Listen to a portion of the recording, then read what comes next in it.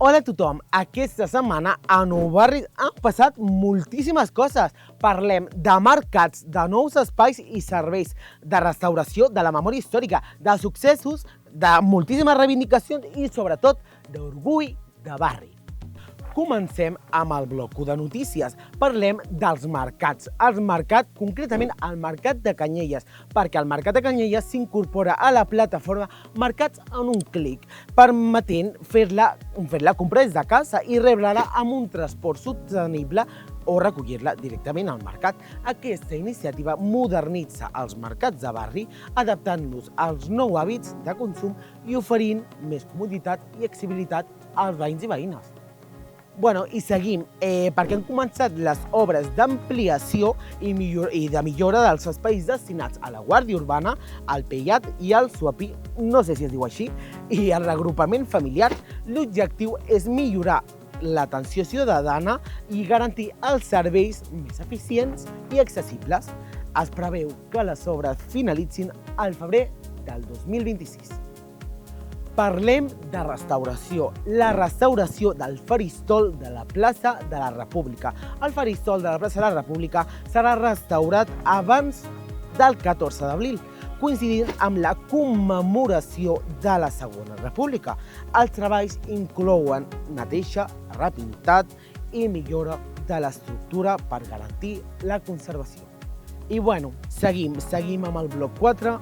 Tenim una notícia de nou cas d'infiltració policial en moviment social, ara aquí, al territori de Nou Barris, i un nou cas d'espionatge policial ha sortit a la llum aquí al districte de Nou Barris. Durant 3 anys, un agent de la Policia Nacional es va infiltrar al Casal Popular Tres Voltes Rebel, participant en diverses reunions i mobilitzacions i organitzacions socials. Diverses organitzacions socials denuncien aquesta pràctica com una vulneració de drets i han convocat una assemblea oberta el 6 de març per organitzar una resposta col·lectiva.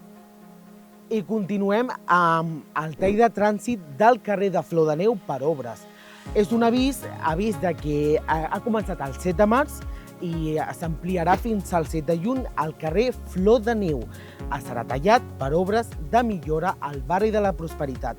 També, a més, el carrer de Poeta Masifern canviarà temporalment el sentit per facilitar la circulació. Es recomana seguir els itineraris alternatius senyalitzats i aquesta remodelització forma part del Pla de Barris per pacificar el trànsit i millorar la mobilitat i ampliar els espais verds.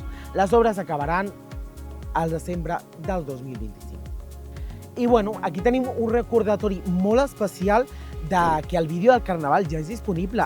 Ja podeu veure el vídeo del Carnaval de Nou Barris a Instagram i a YouTube. No us el perdeu, perquè aquest any el Carnaval ha estat un autèntic crit de reivindicació i festa, on el barri ha sortit al carrer amb creativitat, alegria i lluita. A més, l'Associació de Veïns i Veïnes de Roquetes s'ha emportat un dels premis a la disfressa més reivindicativa, disfressant-se de turistes.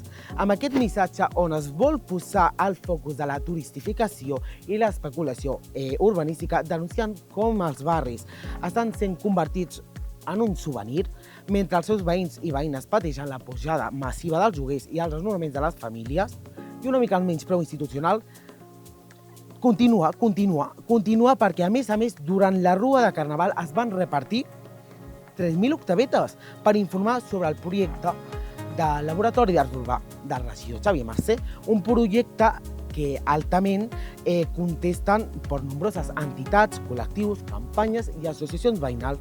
Moltes d'aquestes organitzacions consideren que aquest projecte no respon a les necessitats reals del barri, que han expressat el seu rebuig. Pròximament, nosaltres, Nou Barris Televisió, us informarem a noubarris.net. I que aquest dissabte comencen les mobilitzacions del 8M a Nou Barris. Per què? Perquè aquest dissabte és el 8 de març. Celebrem el Dia Internacional de les Dones i les Dissidències de Gènere Treballadores. I Nou Barris ha preparat una jornada plena d'activitats i iniciatives reivindicatives. Algunes de les activitats del dia són no mixtes. Però què vol dir no mixtes? És a dir, estan exclusivament dirigides a dones, bolleres, persones trans i no binàries. L'objectiu és crear un espai segur i propi on aquests col·lectius puguin expressar-se i organitzar-se sense la presència d'homes i cisgènere. Els punts de trobada estan aquí i manifestacions al districte ho diem aquí. A les 11:30 es farà un esmorzar col·lectiu a la plaça de Virrei Amat. Serà un espai no mixt. A les 12, a la plaça de Virrei Amat també, començarà el cercavila reivindicatiu. També serà no mixt. A les 2:30, a un espai no mixt, es farà un dinar comunitari al casal de barri de la Prosperitat. I a les 5:30 es farà la manifestació del districte del territori des de la plaça Àngel Pestanya i serà oberta per tothom. I a les 5:45 hi haurà la trobada al metro de Canyelles, a la L3, per sumar-se a la manifestació nocturna i això sí que serà un espai segur i no mixt.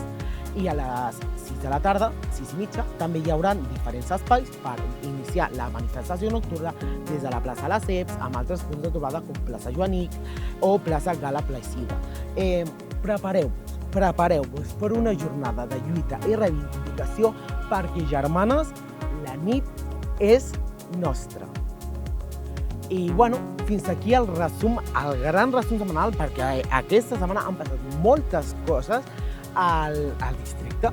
I una vegada més, gràcies per seguir-nos, mantenir-vos informats al novarris.net, a les nostres xarxes socials i aquí, al nostre canal de YouTube.